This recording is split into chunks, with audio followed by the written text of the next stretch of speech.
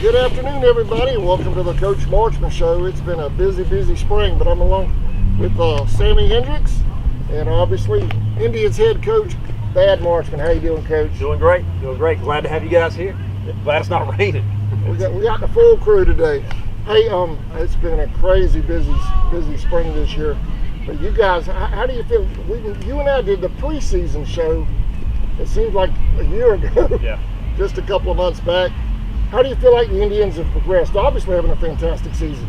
Yeah, well, I think we're continuing to get better, and I think that there's a lot more room to improve, to be honest with you. I just think that, some of the things that I feel like we should already grasp, we're still working towards.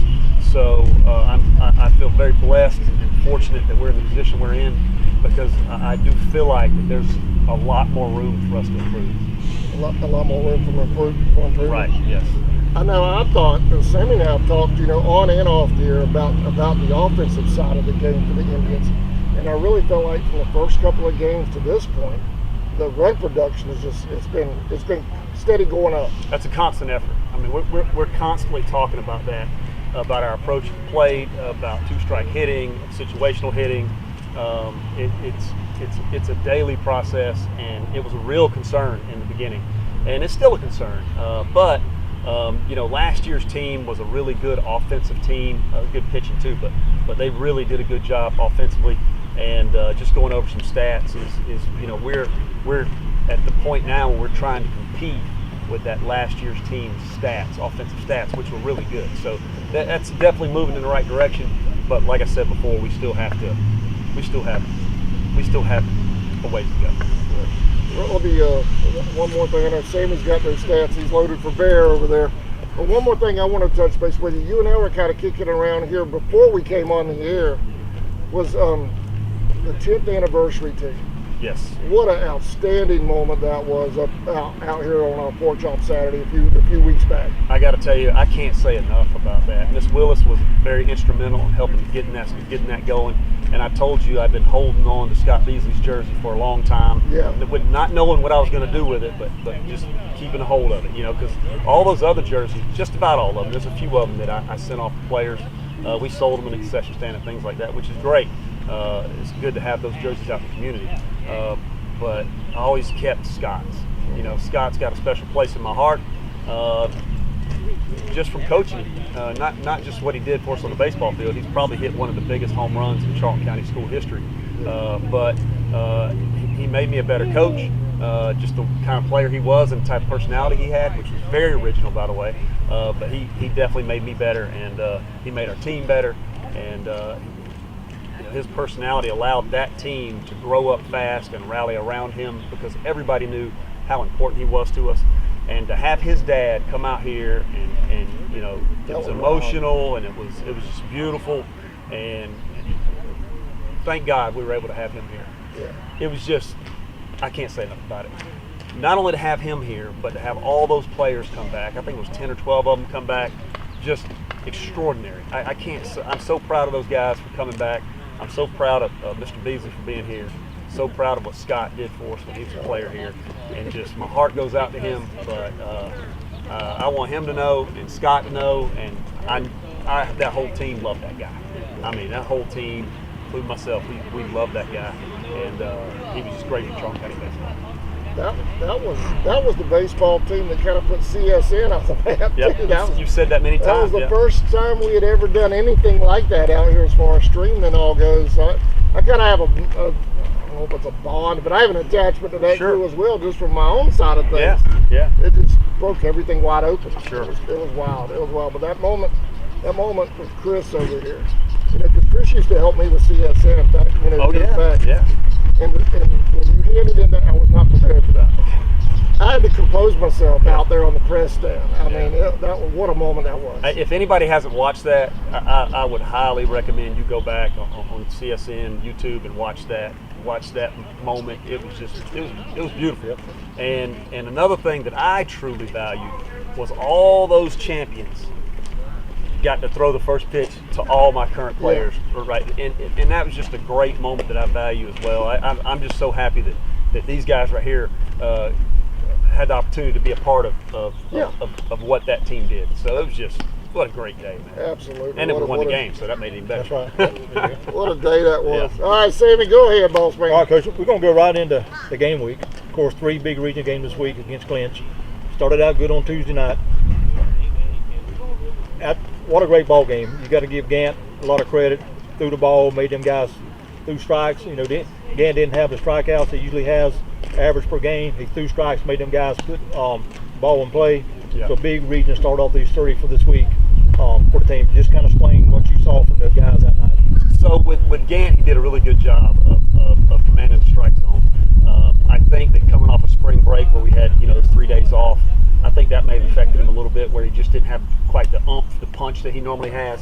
But nevertheless, he gave up 2 base hits. The defense let us down a little bit.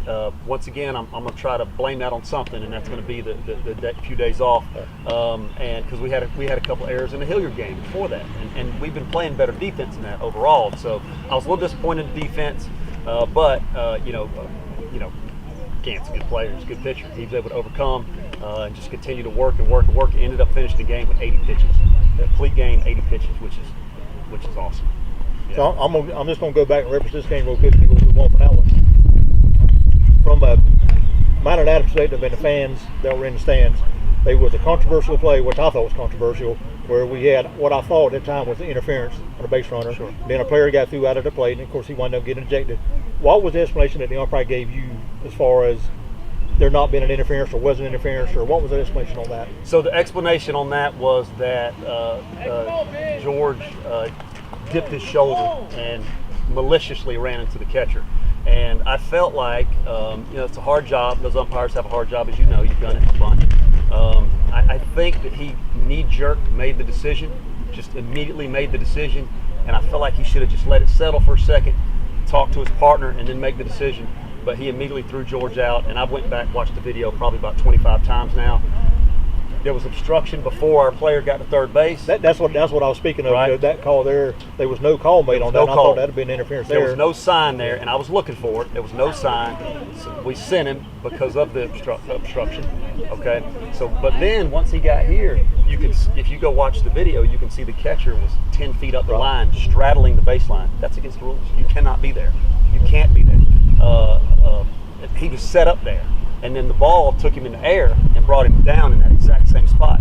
By that point, George was there. If you watch the video, I did it in slow motion because our guys know you can't do that. You can't run over people. We are not taught to do that. You cannot do that.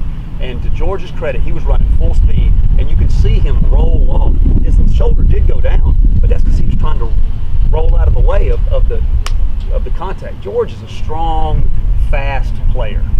If it would have been malicious, George would have went right through that kid, and he went off to the side. It was, to me, I'm proud of George because I feel like that it could have been way worse. You didn't see him do any of that, which is usually the sign of malicious, right? He didn't do that. He rolled off the guy. He tried his best to avoid. You can't avoid that collision. The catcher should not have been set up right there in the first place, but that's just my opinion. Like I said, umpire's hard job, and it's unfortunate that he got ejected from the game, so he won't be able to come to the game on Friday. But That's he out for both games or just the first game? both. Both. Okay. Yeah. But George did all he could, and I'm proud of him. So. Well, 2 big games coming up tomorrow night. Doubleheader. Clint's coming here. Not trying to jinx anything, but according to my numbers, I look at in the standings. If we win that first game, I believe that gives us region champs, right? Am I correct on that? I have not looked into that. Well, with that being said, I think that is. What's your plans for the next 4 games? We got, we have the second game tomorrow night. Then we'll have 3 games next week against Eccles. Pitching staff wise, do you plan on continue on with the rotation that you're using now, or if that is a region championship, trying to change things up a little bit? We'll pretty much stay in our rotational routine, but because of the number of games, some people are going to have to step up. I mean, there's just no doubt about it. We look at that from Griffin, from Cole, from Chase. He's raised sick right now, so he's going to have to get back into it. But we are going to be looking for some people to step in and chew up the minutes. But we want our pitchers to continue to get their normal innings, get their normal rest, and so whatever happens next, that we'll be ready for it, just like we've been preparing the whole season. Right. Speaking of them guys you brought up, Connor and Heath and that bunch there, they've come in and pitching in 2/3 of an inning, half an inning, full, Yep. 2 or 3 innings. They've come in and done a great job on the mound. Connor's done a great job as well. He's one of those we're going to have to get ready for postseason play as well. We've thought to even David Walters, where you got to be ready to come in at a moment's notice and be ready to pitch. We got Garrett over there, Garrett Vickers on the bench. He's going to be ready. So we have arms, and even Dylan McAllister has come in, and I don't think he's aware of how important the innings are that he pitches. But those are important innings. We need him to take those innings, and he's come out there and he's done a good job of it. And so now we just need to continue to just ramp up the performance every single time we go out, and you never know when it's going to be your time. Right. So. I want to brag a little bit about the roster too. When I come out here, to the Indians games and even other people I've covered, you get a lineup from the opposing coach a lot of times, and you can almost guarantee the same 8 or 9 people in the lineup all the time. We got so much versatility on our team. When I get your lineup, you got a certain 4, 5, 6 players that's there every day and every night. It's pretty much the same position, but we got so many people that can play different positions. That's correct. We don't know. How important that is to the team to have those guys that can play first, second, third in the outfield. It's extraordinary. So Hayes Johnson comes to mind. That guy can play shortstop, third base, second base, center field, right field. He can play anywhere on the field. I don't want to put him behind the plate, but he can probably do it. He's just a good defensive player, and so for him to be able to go to all those places are great. And now, we've just introduced David into the lineup. He's the same way. He can play the infield, the outfield, he can pitch. And Cole Crawford, Cole would love to be third baseman. I'm telling you right now, that guy would love to play third base. Yeah. But we asked him, listen, I need you to play outfield. And he just, all right, let's do it. I can do it. And in the fall, that's what we worked on, preparing him to play the outfield. Gant's another perfect example. Gant started shortstop last year. Gant, I need you to play center field. All right, let's do it. Let's go practice it. Let's get and that type of behavior, that type of attitude, that's team. Right. And it takes those type of people. And I'm not saying everybody's like that, because you have a hard time with people. Everybody wants to play. Everybody wants to be in a lineup. Everybody wants to hit, especially. Right. But sometimes, you have to take the team approach. Just because you want it, don't mean that's the best for the team. Right. And it's difficult to make out a lineup for us sometimes, because there's somebody sitting on the bench who deserves to be in the game. Right. But then the guy in the game deserves to be in the game as well. So it is a good problem to have. And it's got to make you feel good as a coach to know you have that luxury Sure. to make those changes and put people out there. That's right. And for the most part, these guys are accepting their roles, and they're still continuing to try to get better to improve their amount of playing time. Coach, I want to change gears just a little bit. First of all, injury report. I know I saw Cole out here the other night, but I guess about 3 or 4 games ago, injury out in right field. What is that something that's lingering, or is he okay now? I think it was on a celebration where he was reacting to another player. He did a little jump thing, like a high five, and he landed wrong. Landed awkward. May have hyperextended it or twisted it, and just kind of shocked him a little bit. So he's fine. He's good. We do have Isaiah Baker just had surgery on his knee, so he'll be out for probably another 5 weeks. And Jacob Thigpen is another one of our players who's had some knee problems, but he'll be out 4 or 5 weeks too. So, but other than that, we've been pretty fortunate with the injury situation. Good deal. The other thing is, this afternoon, I missed it. I was up in Nahana, but we had another young man sign today. Go ahead, I'll let you take it away. Yeah, Ian Vickers signed with Belmont Abbey in North Carolina. He's going to go pitch for them next year. Just really proud. Ian's come a long way, and he was in the article in the 912 Sports. Did you guys see that?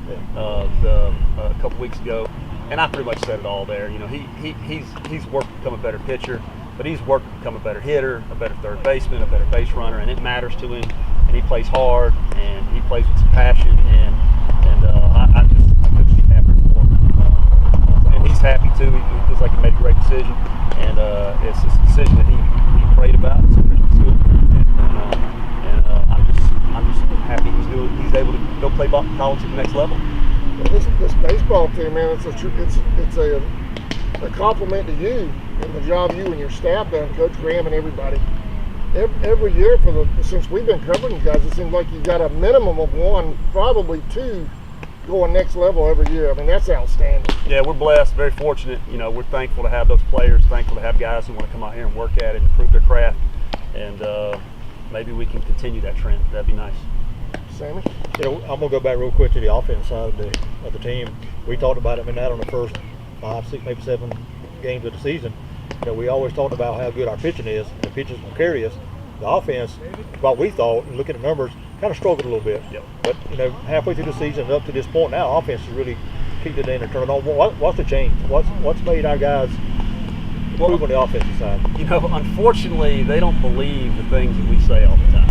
You know, so a lot of times you got to have a few failures before you make adjustments. And then a lot of times when things are going well, you'll try to introduce something new to make things go better, and it sets you back a notch. So we've just focused on making sure that we get our offensive drills, things that go further than on the field BP. Everybody loves to take BP on the field, but you become a good hitter where you're working on specific techniques, and that's what we do. I mean, we have stations that we go just about every day where our coaches are either throwing or observing, and we have 3 coaches: me, Coach Helger, and Coach Graham, and we'll often run 6 different stations. So we ask our players to be self-disciplined, to make sure you're working in your station. You can't have eyes on you the whole time. Keep each other accountable, and for the most part, they do a pretty good job of that. And I think that, you know, over the season, once you really get a grasp of the expectation, that, you know, when we're not looking, we expect you to do more. Like, we expect you to go just as hard, if not harder.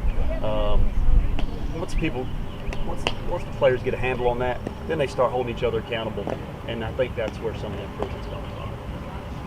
Coach, tomorrow night, Clinch County comes to town, obviously Swamp War, rivalry, the whole thing. It's essentially a playoff night tomorrow night. Yeah.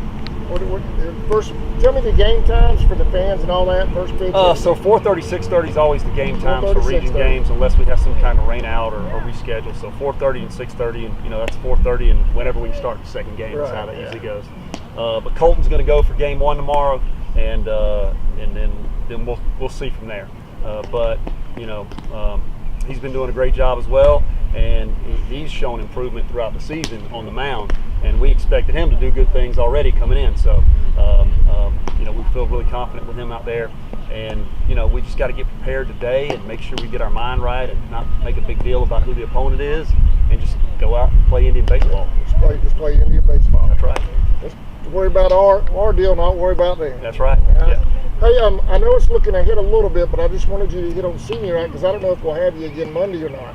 Senior night is Tuesday. I believe that's right. Eccles County here, I think that's right, senior night, and that's at 6 o'clock. So then we'll I think we have 7 seniors, I believe, and we'll recognize all those guys on that night, and their families, of course, out here on the baseball field.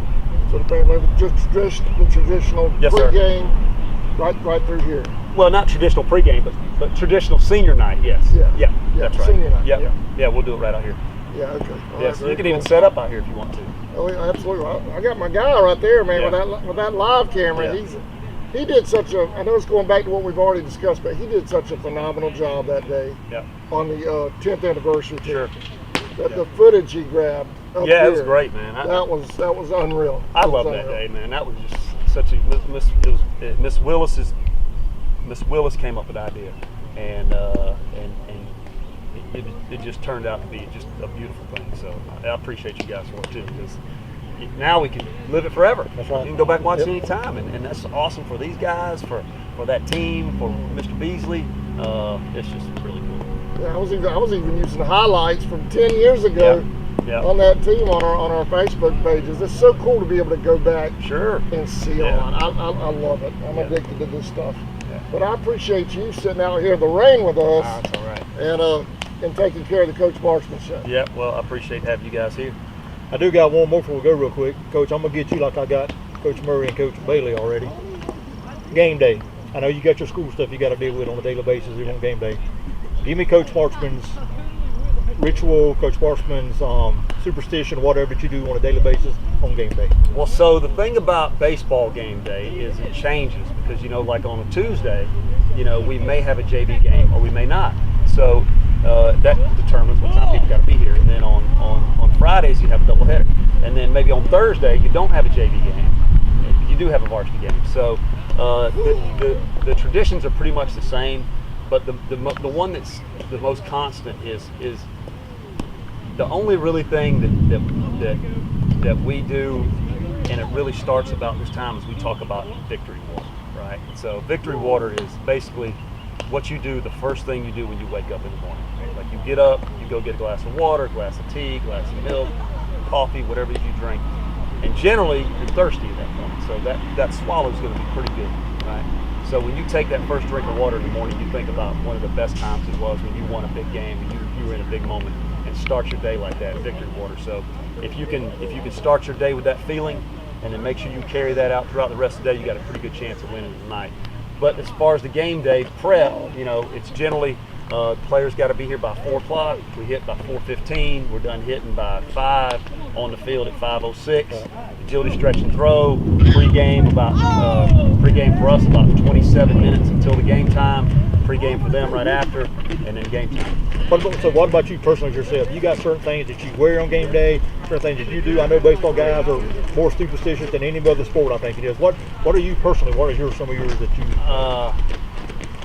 I don't know. Other than the water, I don't know. I'm kind of weird, so I probably do a lot of weird stuff, and I don't even recognize it's happening. But I can't really think of one thing in particular. I like to have clean shoes. I like to have a clean uniform. So my shoes are always been washed. So maybe that's one thing. And other than that, though, I just, there's just a lot to do. You got a lot to do at the baseball field when you get there. So I'm sure there are things. Either I'm too embarrassed or can't even remember them, or it's just so part of what I do that I can't think of them. Yeah, that's a really good question, though. All right, anything else before we head out, Coach? You got anything you want to hit on? No, I don't think so. Just a reminder about the concession stand. Takes credit cards now. So go use your credit card at the concession stand. Come out and try to watch us. And if you can't watch us live, then watch us right here. What about real quick? I've had people who ask me about the hats. Because they still have hats for sale. There should be some hats in there. Now, I don't know how many are left, but I saw some in there the other day when I was in there. So there should be a few hats left. All right. Thank y'all for watching the Coach Marchman Show. We'll see you tomorrow night live right here at Indian Field. The Panthers coming to town.